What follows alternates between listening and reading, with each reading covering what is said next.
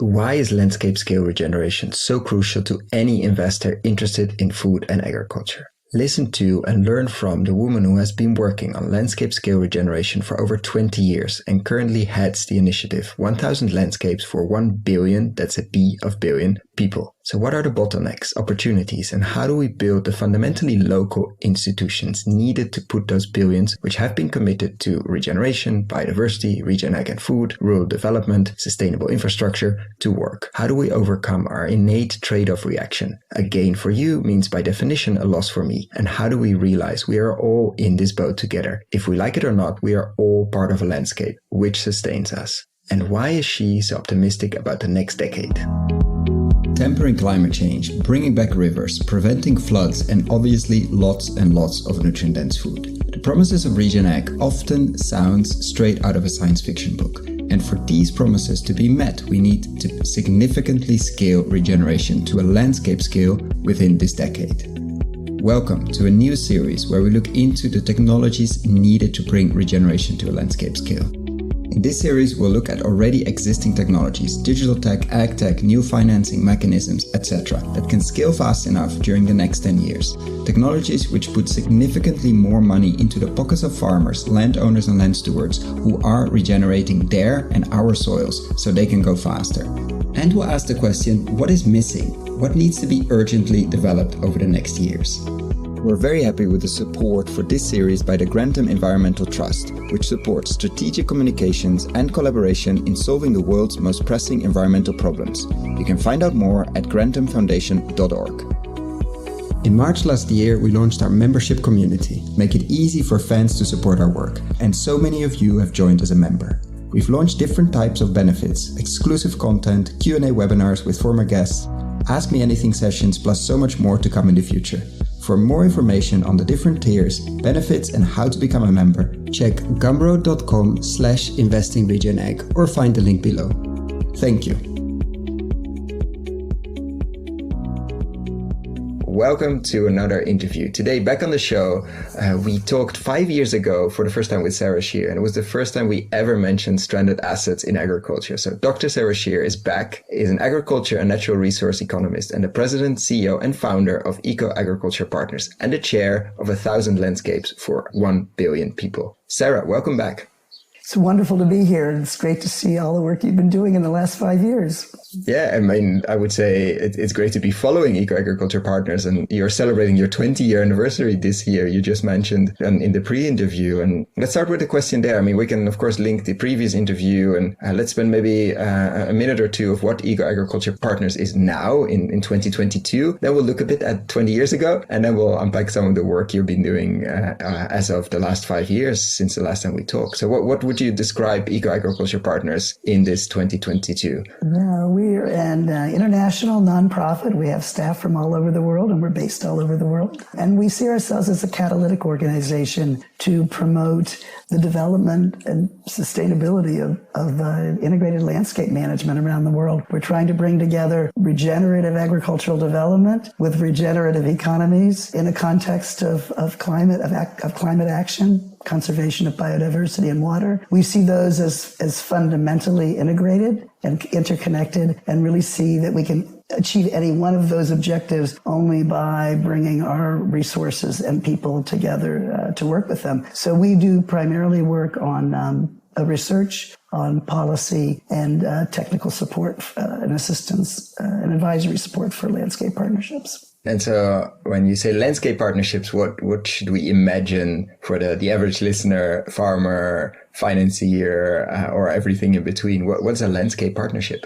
Well, we think of the landscape as a pretty large land area where all the people who were in it, the farmers, the foresters, the townspeople, the consumers, all need to share the same natural resource base. And what we're finding is with growing populations, growing economies, there is growing competition and conflict among the different users within a landscape. In many, many landscapes, we're seeing processes of degradation of resources, which is affecting everyone, even where they didn't used to have a conflict with one another. And a landscape partnership is when those different actors in a landscape make the decision to come together and address this challenge of sustainable development jointly, rather than each in their own little silo.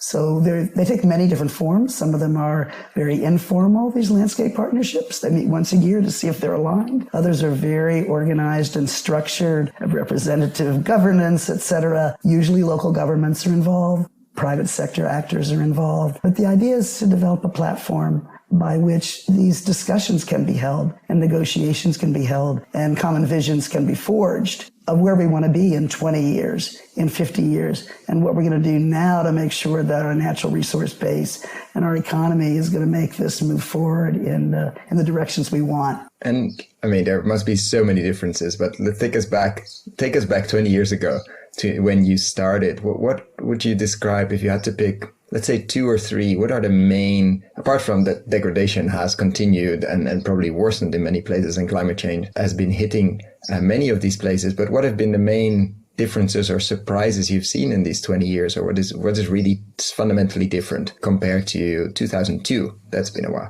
It's been a while, yeah. World Summit on Sustainable Development is where we were formed in Johannesburg, South Africa. It is a remarkably different place to work than it was 20 years ago. We formed EcoAgriculture Partners because we had been working with both environmental groups, IUCN and other groups, and with the International Agricultural Research System, the CGIAR, to try to bridge the way they were addressing biodiversity. And really 20 years ago was a period, people may not remember just how fraught with conflict the discourse was between agriculture and environment, and very little support for farmers who wanted to really take wild biodiversity seriously, and very little support for conservation actors that wanted to embrace farmers as partners in the work that they were doing. And I would say that's changed enormously in the last 20 years. It's now, things are still fraught with conflict in many places, but I think the expectation that of the need for the coexistence and to be mutually reinforcing in those sectors is very, very different than it was before. Part of that's the result of water scarcities growing,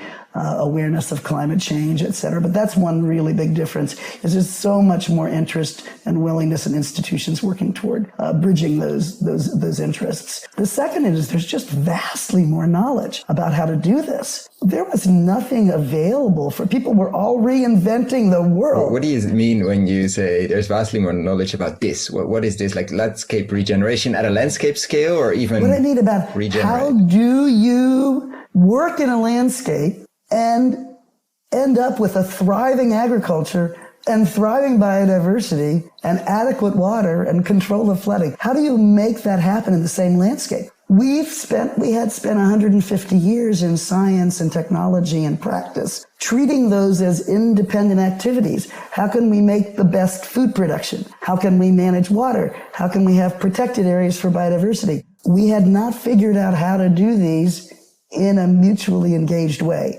And I think we still don't have all the answers by any means, but there's a huge amount of knowledge and experience to build on now that we didn't have then. And I would say the third really big difference is that whereas I used to give talks 20 years ago and say, if you can solve your problems without doing integrated landscape management, by all means do it. It's kind of a pain in the neck to do because not everybody needs it. Those kind of conflicts are not everywhere. And I've really changed my tune about that because of climate change. We have so many pressures now on land users of all types, urban, rural, food, environment, because of climate change. And it's moving so rapidly that I actually feel now that almost every place needs to have a platform for resource users to collectively work out together how they're going to move forward in the context of climate change. So I think there's not a lot of places now that can avoid doing that kind of serious collaborative development work. Almost like there are not many places left, or many places where you can avoid not thinking in a landscape or forget that you're part of one. And so everybody, if you're in a city, if you are whatever, you are part of a landscape, you are part of a biome, and you're part of a watershed, even if it's extremely dry.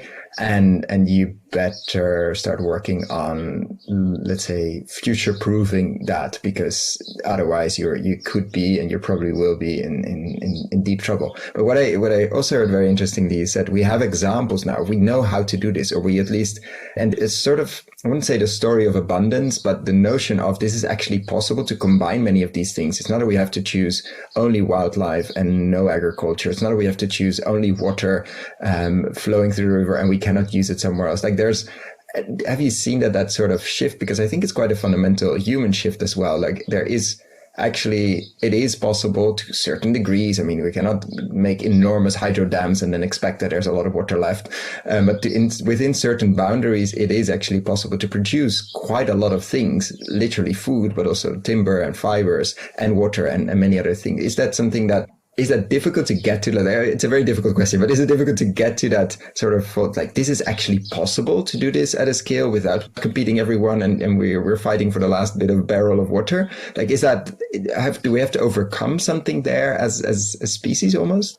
Things are grim. You can have a litany of how much degradation is going on, and we have a tough road ahead of us. But when your starting point is to co-design the solutions among those different interests, you go to a very different place than when you say, well, this is the way I'm doing things. I want to continue doing them in this way. You're going to have to get out of my way.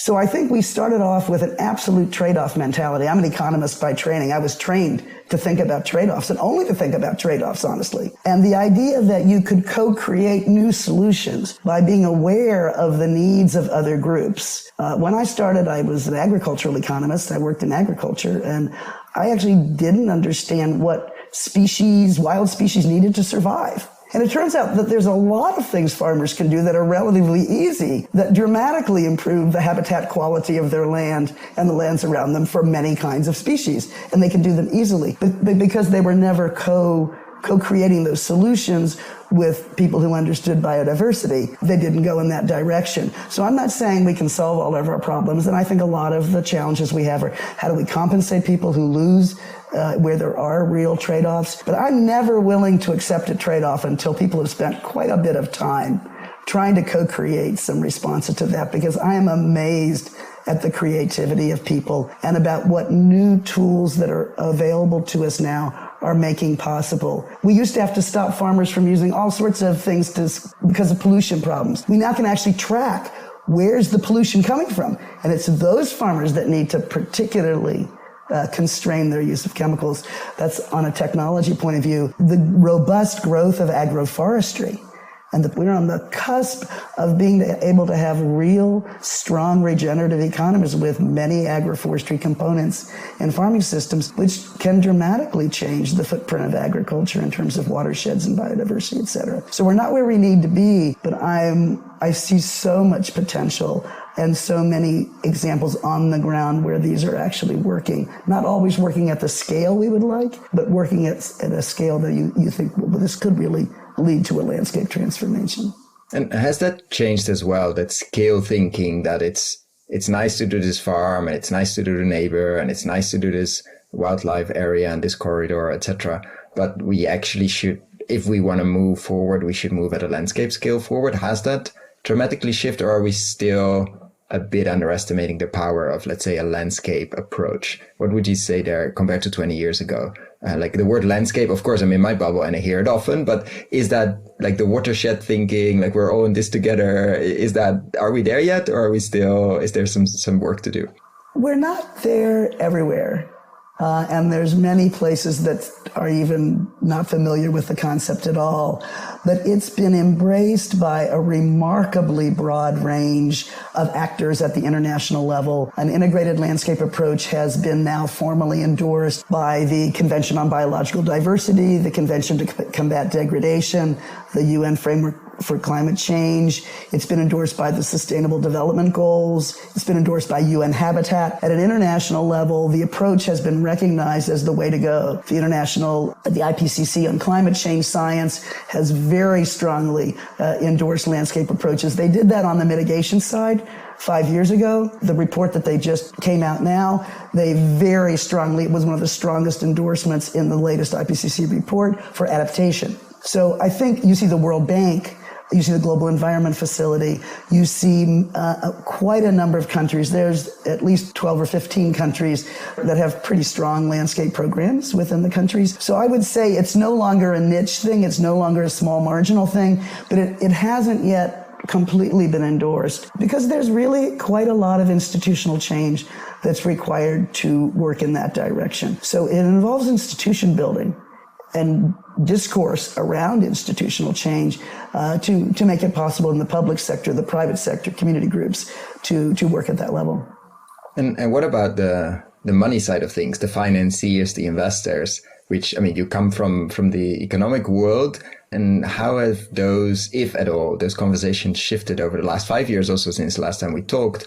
Have you heard many more times stranded assets here and there in agriculture, but also over the last 20 years? Like have the city of London or whatever financial hub you're nearby, have they started to respond to this opportunity as well? Because if you're investing in Regen Ag, which we talk about like 170 episodes now, and if you're investing in one farm or you're investing in a piece of land, if you're part of a landscape that goes sort of backwards in degradation, it's a huge risk. If you're part of a landscape that moves forward, it's a huge extra asset or risk reduction. Has that thinking started to filter through, or I'm imagining there's still some work to do there?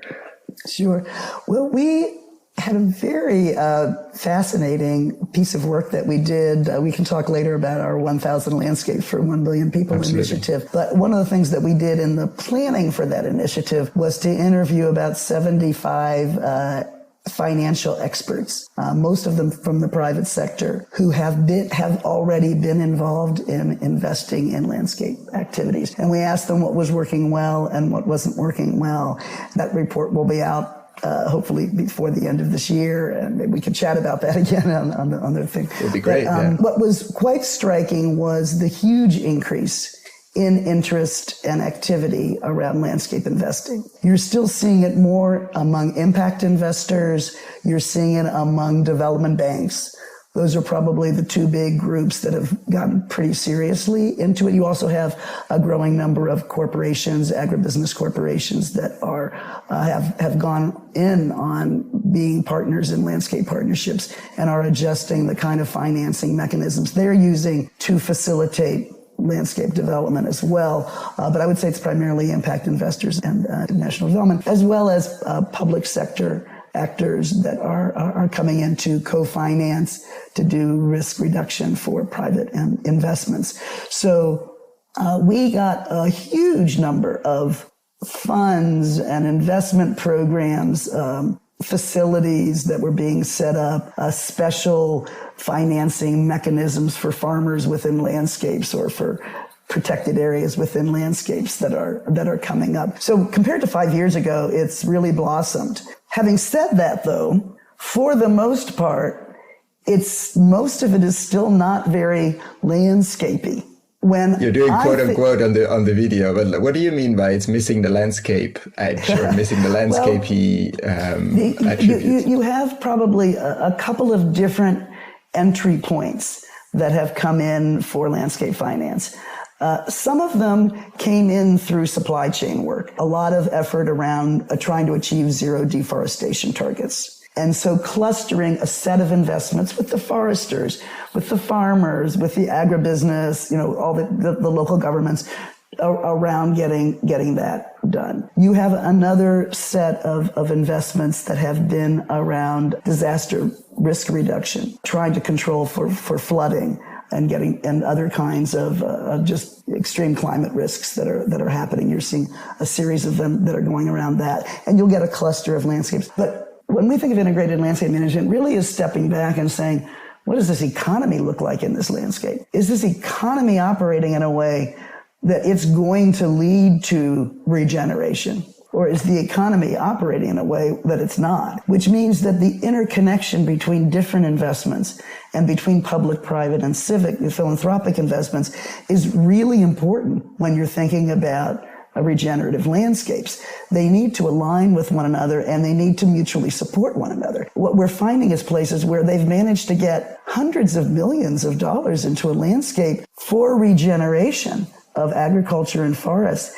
And in the same landscape, there's $5 billion worth of highly degrading investing that's going on. So you need to have a sort of a multi-sector, multi-project, long-term investment portfolio that's being financed. And we did a study in 2020 with a number of partners to look at how many examples do we have of financial mechanisms that actually operate at that landscape scale. And let me back up for a second. The reality is that the world's financial system works on projects. They look for the best project they can find, and they can look for one fantastic sustainable coffee project, and it could be in a sea of other things, and they don't care. They just want to make sure that their project is working. And that's a very useful thing. It's a critical part of the finance system, but it's absolutely not enough. We need to develop what we call landscape investment portfolios, which is from all the different sectors, from all the different actors, spatially coordinated, that will get you to a place where you do restore the river that's disappeared, where you actually control flooding with a healthy watershed, where you actually have healthy populations of wild species that can connect between protected areas. So you need to have many different actors in the landscape. The infrastructure, the human settlements, need to be aligned with the vision that you have for landscape regeneration. And that means the flows of finance need to be aligned. So this study was really very interesting because we found two clusters of ways that was happening. One of the clusters was financial support services. These would be people who would put that portfolio together by acting. And sometimes it was a landscape partnership. Not very often. They usually don't have the expertise. Sometimes it was nonprofit actors that came in to do kind of bilateral deals or facilitate bilateral deals with different financial institutions and different projects and businesses. And sometimes they're starting even to be for-profit services that are putting out there saying, we can help you mobilize financing that will lead to this regenerative landscape. And they work with different financial institutions and different businesses. But we also found about 25 examples where there were new funds or multi-landscape funds or bonds or donor collaboratives, a couple of other things like that actually were structured to finance multiple projects in multiple sectors, place-based.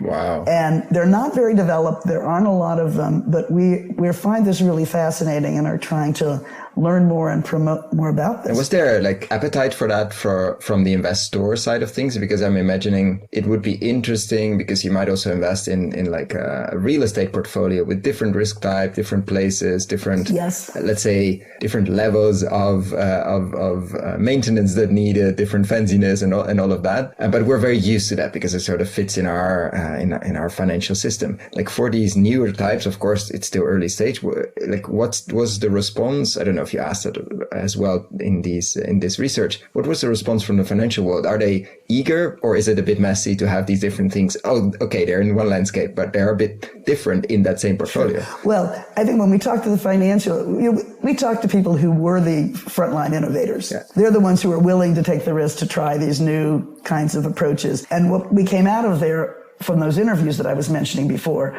was they were quite bullish. They really felt this was the direction things were going to go. But they then had a litany of things that were constraining that growth. And I think what you're finding is it's still a niche. It's, what would you call it, kind of a boutique thing, because the system is not set up for it. The people involved have to do all sorts of unusual work to make it happen. And you have very unusual kind of partnerships to pull them together. So I think we're not at a place now where this is going to scale quickly. But one of the things we're trying to do right now with 1,000 Landscapes is to work with financial institutions to build this. And what we're perceiving is that for probably at least the next 10 years, you're going to have partners in those efforts that are either very long-term impact investors that don't care about, you need at least some catalytic philanthropic partners in there, government partners, and multiple private sector partners, providing the funding sources for these larger scale efforts. I think you need that partly because of true risks, partly because of perceived risks, and partly because we're still working out the mechanisms for trying to do this. So there's many issues around strong enough financial institutions at the local level that can disaggregate funds that come in bulk. And getting them to smallholder farmers, that kind of things. So we definitely have models for that. But if you haven't built those institutions, you got to build the institutions before you're going to be able to work that out. But you're definitely seeing an interest that, banks, there's some big new private sector funds. HSBC has their new $1 billion fund for biodiversity. Yeah. And I think you're really seeing funding coming in, but it's going to be blended funding. And it's going to be, I would argue, if I were an investor, I would go to a place where there was a robust landscape partnership already established, where for the last 5 or 10 years, they had really looked at what was happening in that landscape. They understood where the financial flows were. They knew where they wanted to go in terms of regeneration. They'd worked on some of the tenure issues. They'd worked on some of those other enabling environment for investments.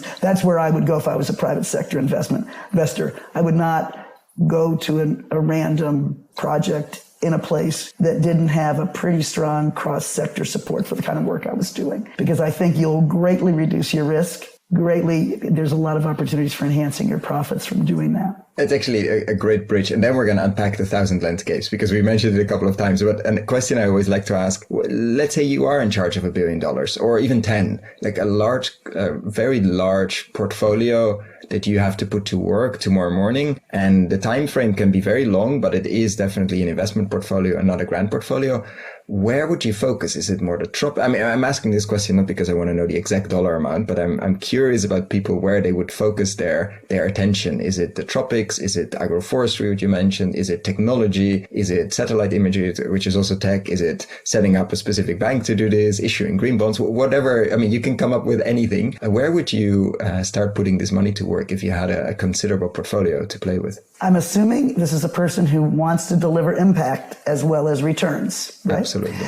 I wouldn't do it that way. I would pick 5 landscapes in the world that were important for me or important for people that I, wanted to influence and benefit. And I would recognize that you need more than commercial funding to generate the kinds of returns and the long-term returns that you're looking for. And therefore, I would be place-based in my investing. I would find partners in there with the government, from business actors, et cetera. And I would recognize that either I or some of my partners needed to get a couple of things done well before I started the funds really flowing. And one of them is these really strong landscape partnerships that have done their homework. They've done the landscape assessments. They've figured out where they need to go. They figured out where the vulnerabilities they are. And they've put together at least a rough landscape investment portfolio there of what needs to be done. And then I can pick in the short term which of those seem most robust. And I think this is the real weakness of most of these landscape partnerships. They have good action plans often, and they have good visions of where they want to go, and they're grounded, but they haven't turned them into investable projects and investable businesses. And so that's one of the major areas that needs to happen. But they need to be done with those projects and investments being done in the context of where the larger landscape is going and in the context of potential synergies with other investments in the landscape. So, for example, if you want to come as a private investor and invest in fisheries, you need somebody else in the landscape to be investing in water quality.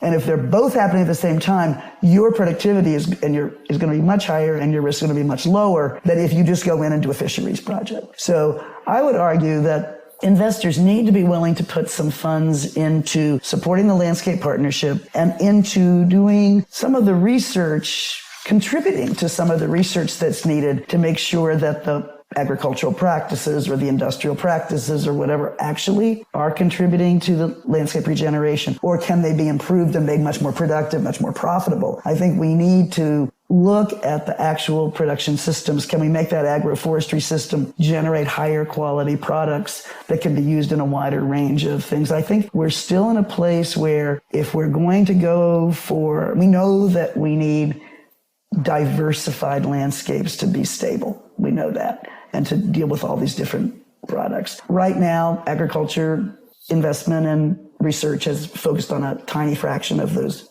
and primarily for monoculture production systems. And so if we're shifting to diversified production systems, farmers are going to need some support to make those changes. It's a totally legitimate thing. I never demonize farmers who are struggling with the transition costs and risks associated with moving toward regenerative agriculture, even though on the long term, it's much lower risk for them. But in the short term, it's not necessarily. So I think supporting that kind of development process, and particularly supporting new market development processes. Because if you want a more diversified landscape, if you want to be investing in the full portfolio of long-term opportunities in the landscape, we need to be refining some of those markets. So you've got to refine the processing. We've got to set up the payments for ecosystem services and have robust institutions for implementing them. So there's a lot of market development work when we're talking about a regenerative economy. It's building new relationships between those restaurant owners and the producers of regenerative agriculture. Those are institutional changes and market changes that need to be invested in. And obviously, public sector can do some of that investment, but the private sector plays a critical role in it. So I think there's that cluster of things, and then there needs to be a willingness by the investor, or again, by one of their partners, to come in and incubate those projects and businesses so they're ready for infusions of significant capital. And so who's going to do that incubation? A lot of the companies are finding in the end that they need to do it themselves, or they build partnerships with nonprofits or partnerships with governments to do that incubation so that when they're ready to deploy their capital, it's into something that is really going to generate returns. So I would say if I had $1 billion, and I actually think any one landscape needs billions of dollars of investment potentially, but it shouldn't all come from one group, right? But let's say I would say that I would keep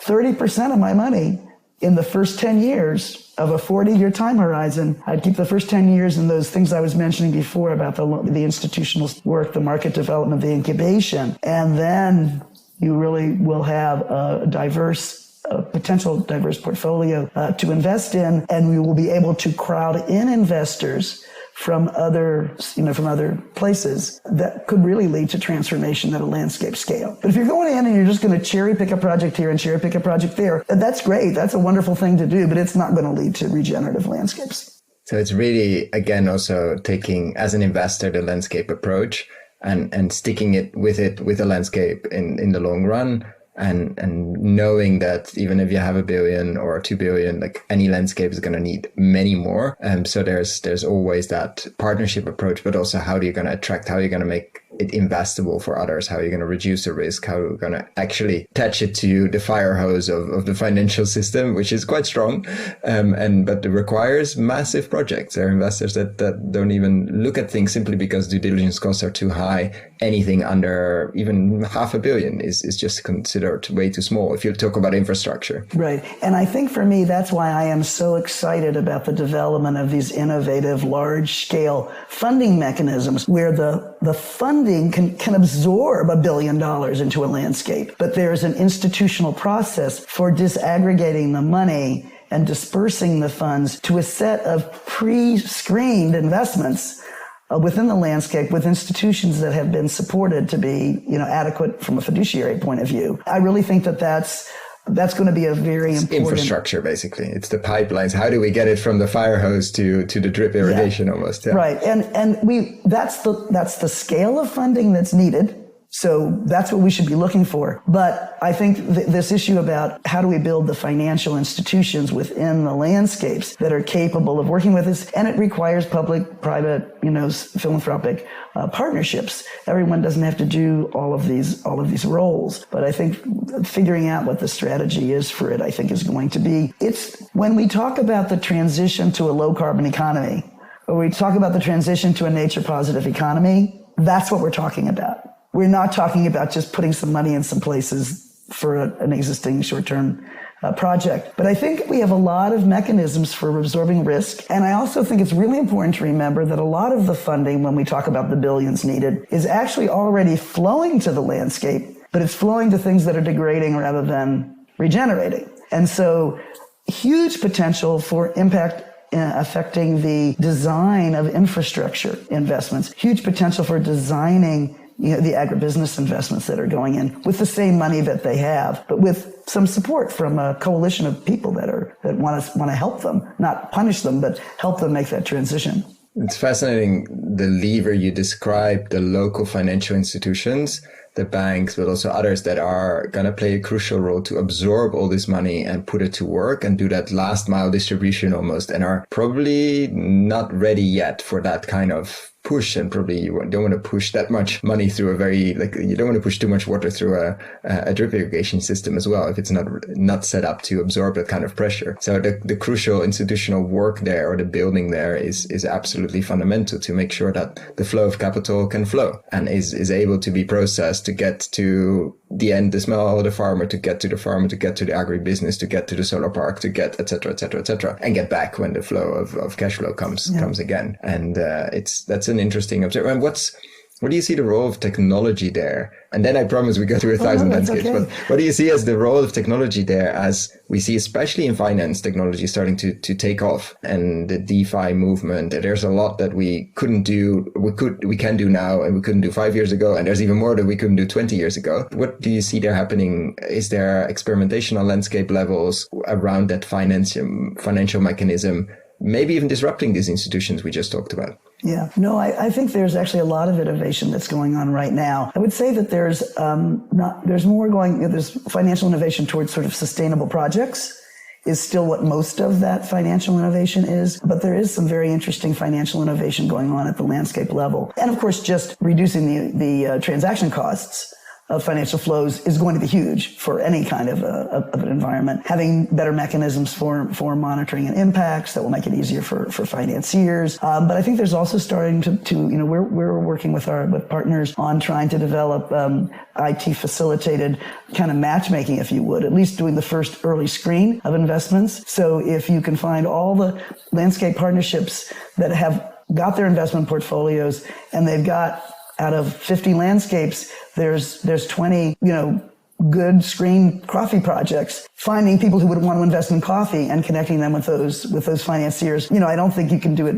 I don't think you still have to do your due diligence. You have to do all of those other things. But I think some of the search costs for national and international funding can definitely be facilitated. And especially if you're, let's say, it's not ideal because you go into one crop, but you also start learning. And if you want to do an X amount of coffee investment or X amount of, let's say, tropical cash crop investment, it helps if you do multiple, because your learning capacity of what you need to look for, and you can repeat a lot of things. A lot of these things are relatively, we're talking with Dan Miller, which should be out of Stewart, which should be out when this is out as well. And they were talking about local processing, very different sector for meat in the US. And they said, yeah, we're going to do a few, but then we're going to repeat, because of course they're all different.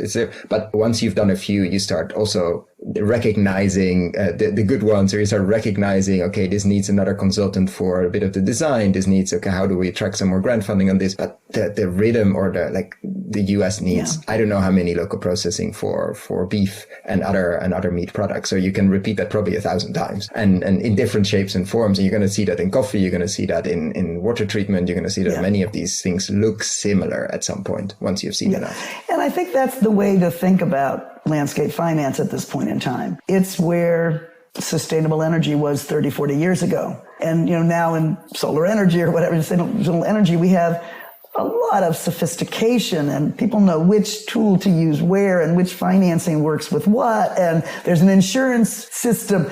We are in the process of building a landscape finance system, and that is the way we should look at it. So I think philanthropic actors need to be thinking about how they got the capacity to take the greatest risk in some ways to, how can they help to build that finance infrastructure for landscapes? How can governments play a role? We're actually finding right now that we're spending a lot of time with a sort of development bank groups, those kinds of organizations that are very commercial in their focus, but have the capacity to take some more risk and to do institution building. And I think those groups are going to play a really critical role in the transition over the next 10 years in order to attract more private capital in. But I think you do have an appetite from quite a few a lot of private investors if you could basically be certain you would be able to deliver the impacts that they're looking for, and take some, either get the same returns or take some hit on returns if you could guarantee impacts. But I think we need to think about it that we're building a new infrastructure in finance. And that's got to have a solid basis in terms of the development of businesses and programs on the ground and infrastructure, et cetera, that contribute to landscape finance. And as you say, I think within the next 10 years, we're going to have very standard ways of going about doing a lot of these things. We're going to have a standard way of giving grants to landscape partnerships. We're going to have a standard way of having cross-sectoral government agency investment. We're going to have standard ways of having multi-sector business investments and marketing. Those, I think, are going to come in place, but we have to be intentional about it. And we need to look at what the roles of different actors in the financial system are in pulling that together, which it means that the grant folks need to talk to the equity folks and they need to talk to the government folks. And we need to find some way that people can collaborate together in building this system. And so let's get to the 1,000 landscapes for 1 billion people. You're also the chair there. How would you describe that process? We'll obviously put the link in the show notes below. But how would you describe that initiative? We talked about where things were 20 years ago. Well, in the last 20 years, there has been a huge development of these landscape partnerships. Back in 2015, 2017, we documented about 450 of them in different continents of the world, and that was just a portion of them. And they've just exploded since then. And it's actually really exciting to see how much many of them have done. They've organized themselves. They've got their strategy. They've got their action plan. They're starting to do work. And even the ones that are super well organized just can't, they're just not reaching their goals. They've got these ambitions and they're able to implement 10% of it.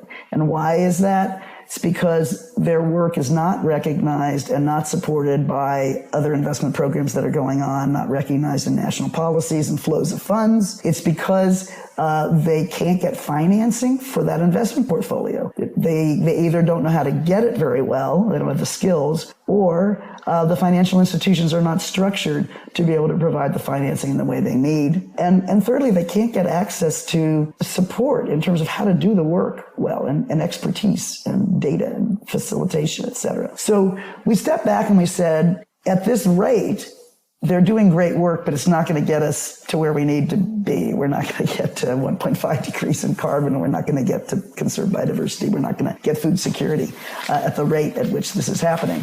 And so 1,000 Landscapes for 1 billion people was set up in 2019 as we call it a radical collaboration, because the idea is it's going to be a network of hundreds of organizations eventually across the world who all have the shared vision of locally led multi-sector landscape partnerships that are going after ecological benefits, human societal benefits, and economic benefits within the landscapes. And these groups, we've started off with a core group of 7. EcoAgriculture Partners and Rainforest Alliance are the co-conveners of the initiative. And we also are working with a landscape developer, Common Land, with the United Nations Development Program, with the environmental NGO Conservation International, with the Landscape Finance Lab, and with, let's see, is that 7? I think that maybe should be 7. It should be 7 of us. And then we have another couple dozen of other partners that are working with us already. And we're working now with almost 20 landscapes where we're in a process of trying to synthesize the knowledge base that we have, pull together what do we know, the things we don't know, start developing it. And we're working to come up with a set of tools and services that will be available to any landscape anywhere in the world, any landscape partnership anywhere in the world.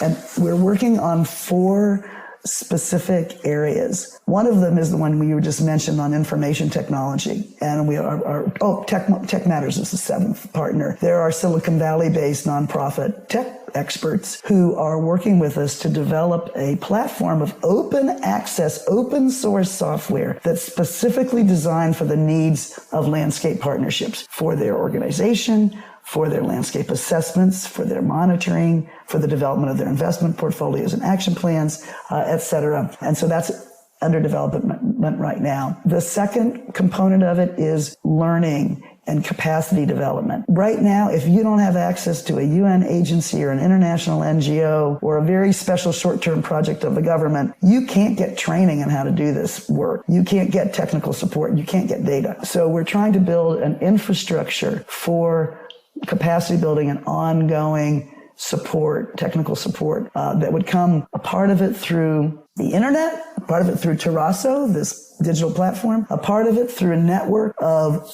landscape partnership networks, which are proliferating around the world, where they're trying to support one another, and also through direct training and advisory services. The third component is to work on landscape finance solutions, both in terms of supporting landscape partnerships to convert their action plans to investable projects and business deals, and then help them connect with financial institutions that have made a commitment to supporting landscape investing. And then the fourth area is to support communities of practice that are building around landscape partnerships, so that the leaders of these initiatives and the financial actors and others can connect up with other people who can help them with their challenges, with their markets, with their financing, with their knowledge. So that's what we're doing. Right now, we're in a design, testing, and demonstration phase, and we expect to be working with 50 landscapes by the end of 2023. And by 2030, we are hoping that this network of radical collaborators will be connecting with at least 1,000 landscape initiatives globally. So it's a very,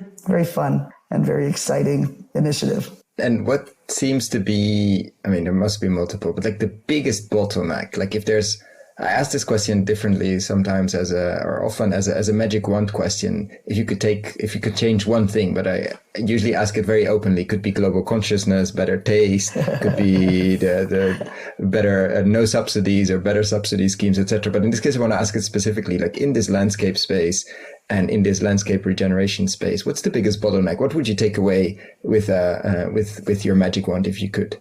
It's not what I would take away, it's what I would give. Would you change? Yeah. Would I change?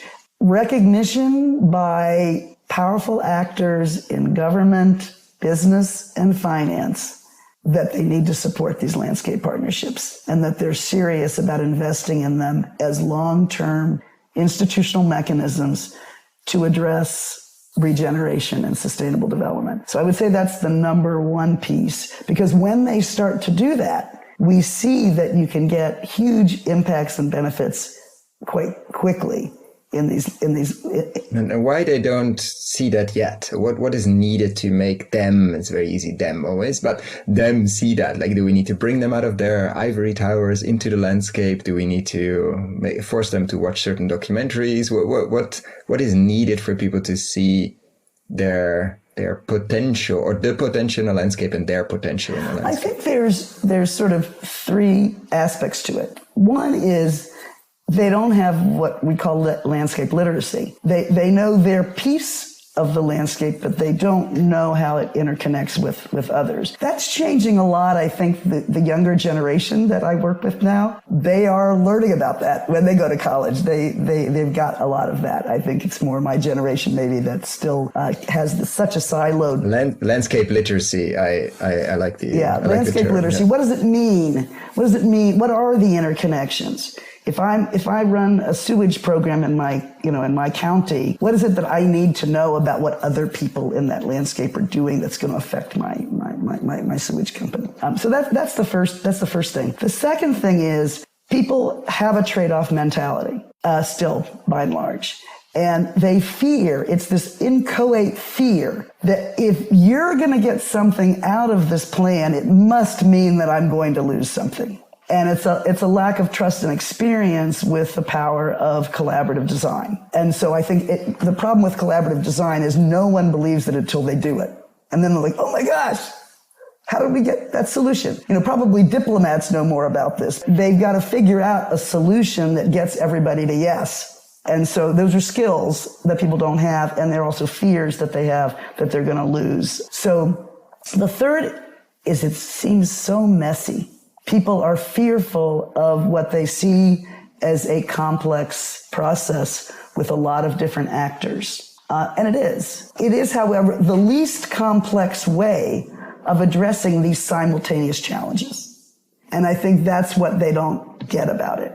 It is complicated, but it's not nearly as complicated as having all of those actors continue for the next 20 years to degrade that landscape in a way that everybody is going to suffer. So they're not comparing the costs of collaborative action with the risks of not taking collaborative action, I think. So I would say that those are the principal things that, in terms of people's mental models, they need to shift. It's very interesting that that's your magic wand answer, and it seems very doable. I mean, it's a huge shift, obviously, from trade-off mentality to potentially abundance, or at least it's not your gain is my loss by definition. But you can experience that, and I think those shifts are partly generational, maybe partly educational, partly experience, and all of that. And what would you tell? I mean, I asked this question. What would you tell smart investors, obviously, and not as investment advice, but in the landscape sector now? Where would you, if we would do this in a theater and the room is full of people and somebody asks the question, okay, I walk out of this theater, where should I go? What should I do? Where should I start digging a bit deeper? Where should I start interacting? Is it really my own landscape that I should really get to know personally well? If I live somewhere and I have deep roots, where should I start if I'm an investor and I want to get active in the regeneration landscape space? I think it's ideal to go to a landscape that you really care about.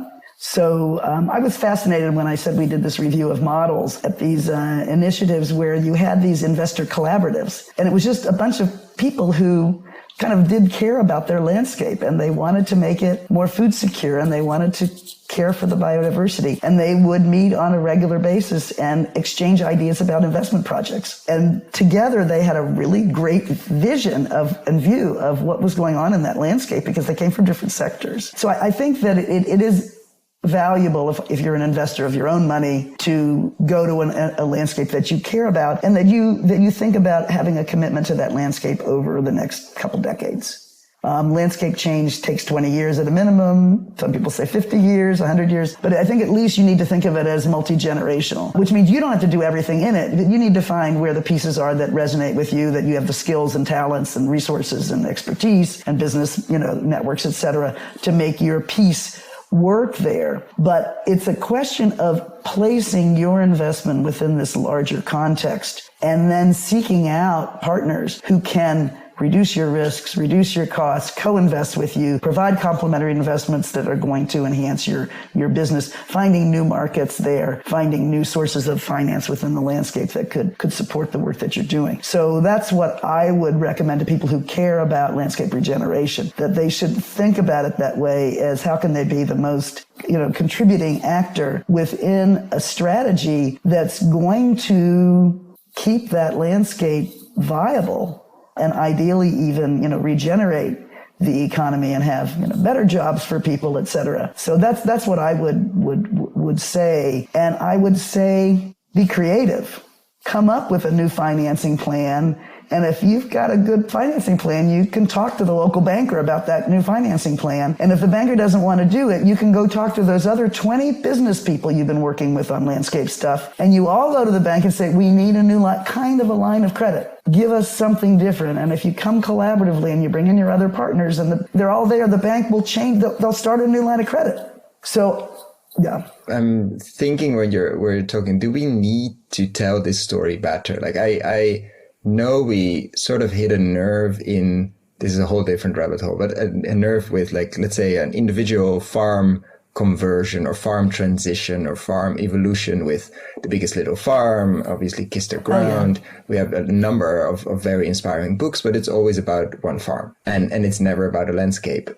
Did I miss those? Like, are they there and I just didn't see them? Are we making them at the moment? Should we be making them? Like, how are we going to hit that same nerve of, because I know people that saw those and were like, I need to start a farm tomorrow without any farming experience. And I don't know if they did, and maybe I hope not.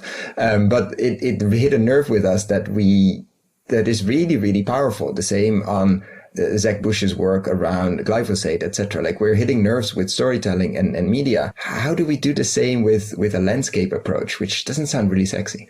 So storytelling is actually one of the central things we're trying to promote with 1,000 Landscapes for 1 billion people. We're trying to work with landscape partnerships to tell their own stories, provide them with media support or with technical support on how to do storytelling and journalism as distinct from analytical reports and donor reports, et cetera, like that. So I think there's a really important storytelling aspect to this. There's also another piece to it, which when we talk about these 4 big benefits from doing integrated landscape management, we talk about the ecological benefits, we talk about the social benefits, we talk about the economic benefits, but we also talk about the inspirational benefits to collective action. People love the places they live. Not everybody, but there's usually a large number of people that have a very strong connection to the place where they live. And these landscape partnerships typically work the best where the leaders tap into that. And they bring in the arts, and they bring in music, and they bring in dance, they bring in storytelling, they bring in the elders to talk to people about how that landscape was when they were young. Bringing the cultural and emotional aspects of the landscape is actually quite central to the success of landscape partnerships themselves. In terms of bringing in the others, I really agree with you. I think we've done a poor job of telling the story. Part of that, I think, is because so many, when I look around my 20 years at people all around the world that have been motivating this, they tended to be technical people and researchers and government, not visual documentary makers. So I think the storytelling has not been strong, except in some places where there are very iconic landscapes. So, in South Africa, you've got the Wine and Biodiversity Initiative, where you have some of the most iconic biodiversity in the world and some of the best wine in the world. And that landscape initiative has been able to use that to get people excited about investing there, and also about attracting buyers for the wine and other products in Europe and other places, because it's so charismatic, the landscape. And I think you've got a number of other places that are high biodiversity landscapes that are charismatic that way. I think you've got the Chesapeake Bay near where I live here in the United States, which is, people care about the bay. But I think this storytelling of how we need to collaborate together, not in a wishful thinking way, but in a very hard-headed, what are the real solutions that are going to make sense in this place way. How we get that story, I'm looking for some wonderful storytellers to work with us and to do some really exciting films and videos and infographics, et cetera, that will really convey this to people. It's linked to that landscape literacy piece. There must be a much more fun way to call it than landscape literacy. It's more the aha moment when you all of a sudden realize that the problem you have is either coming from or could be solved by all these other actors that you had no idea even existed. I remember I went to a really interesting, I was working with a landscape in Honduras, really severe degradation going on in the uplands. And it was basically kind of destroying some of the very rare coral reefs that were in the, far away in the coastal areas. And they organized a field trip to bring all these business owners and agribusiness dealers and local government officials. And they just took them down to the coast.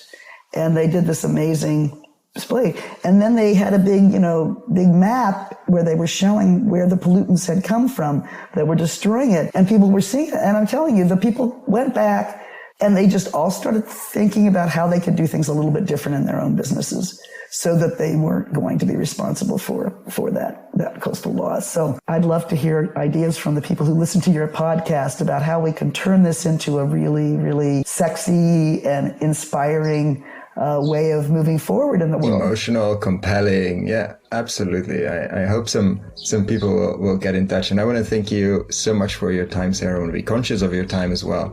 And for sharing 5 years. It's not going to be another 5 years, I hope, the next time we check in. And thank you so much for the work you do. And of course, coming on here to share about that and giving us an insight in the landscape approach. Thank you so much for providing this wonderful service for people in the global community. Thank you for listening all the way till the end. I hope it was interesting and relevant to you.